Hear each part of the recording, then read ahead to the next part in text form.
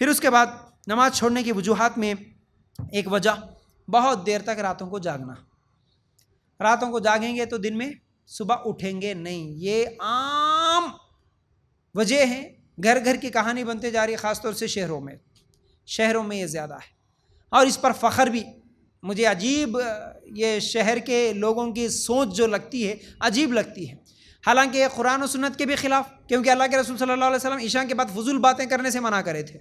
عشاء کے بعد سو جانا. اللہ کے رسول کا عمل مغرب کے بعد کھانا کھانا، عشاء کے بعد سو جانا، عشاء کے بعد کوئی فضول کام نہیں کرنا. لیکن ہم شہر والے ہیں، ہم پیسے والے ہیں، ہم ایجوکیٹڈ لوگ ہیں، ہم ترقی یافتہ لوگ ہیں، تو ہم راتوں کو جاگیں گے. 12 بجے سے پہلے کبھی کھانا نہیں کھائیں گے، 1 بجے سے پہلے کبھی سو جائیں گے نہیں.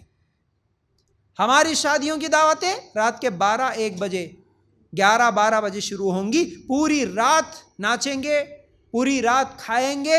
بلکہ وہ فنکشن ہالوں کے قریب ہی ہمارا مکان رہتا ہے. سنتے ہوئے اتنا افسوس ہوتا کہ نماز کے لیے جاتا ہوں کبھی فجر میں تو فنکشن ہال کے سامنے پٹاخے پھوڑتے ہوئے نظر آتے. ہم نماز میں رہتے، حالانکہ اتنی بھی عقل نہیں، اتنی بھی سمجھ نہیں. آج غیر مسلموں کو ہم کیا تانا دے. وہ لوگ ہمارے مسجدوں کے سامنے سے جاتے ہوئے بیان بجا رہے، ڈی جے لگا رہے بول کے روتے، نعرے نکالتے. افسوس ہوتا غیر مسلموں کو بولنے سے پہلے. مسلمانوں، شرم سے ڈوب کے مرنے کی بات ہے. مسلمان خود فنکشن ہالوں میں وہی فجر کے وقت پٹاخے پھوڑتے ہوئے نظر آ رہا.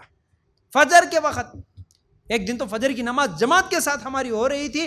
فجر میں مسجد میں ہم نماز پڑھ رہے، اتنے پٹاخے، اتنے، جب تک ہماری نماز مکمل نہیں ہوئی اتنی دیر پٹاخے پوری فنکشن ہال کے سامنے پٹاخے پھوڑتے ہوئے نظر آئے. کتنی نماز میں خلل ہوئی ہوں گی، کتنی تکلیف ہوئی ہوں گی نمازیوں کو. کوئی مسلمان خود ایسے غلط کام کر رہا تو اللہ کا عذاب نہیں آئے گا تو کیا آئے گا؟ غیر مسلموں کو کیا دوش دیں گے ہم؟ خود ہمارے مسلمان ایسی حرکتیں کرتے. تو یہ راتوں کو دیر تک جاگنا، چاہے وہ موبائل دیکھتے ہوئے جاگنا ہو، چاہے وہ دوستوں کے ساتھ گپے مارتے ہوئے، چورستوں پہ بڑھتے ہوئے، ہمارے نوجوانوں کا گھومتے ہوئے 2-3 بجے راتوں کو پولیس والے آ کے وہ ویڈیوز وائرل ہو رہے نا. اس سے پہلے حیدرآباد کے وائرل ہوتے تھے، اب تو نظام آباد میں بھی گھوم رہے پولیس والے راتوں کو.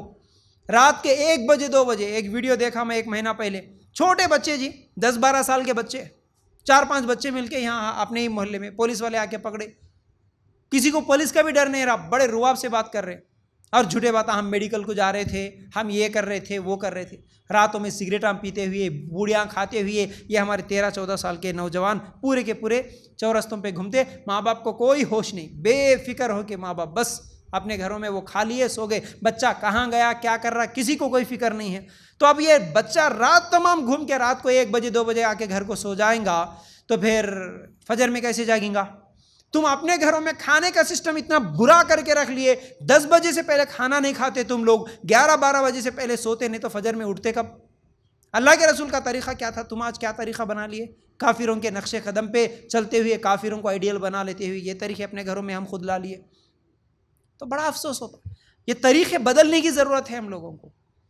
تو یاد رکھو، دیر تک جاگنا، چاہے وہ شادیوں میں جاگنا ہو، ٹی ویاں دیکھتے ہوئے، موبائل دیکھتے ہوئے، نکڑوں پہ بیٹھتے ہوئے، کسی بھی عمل کے کرتے ہوئے دیکھنا، دیر تک جاگنا یہ فجر کی نماز میں رکاوٹ بن جاتا ہے.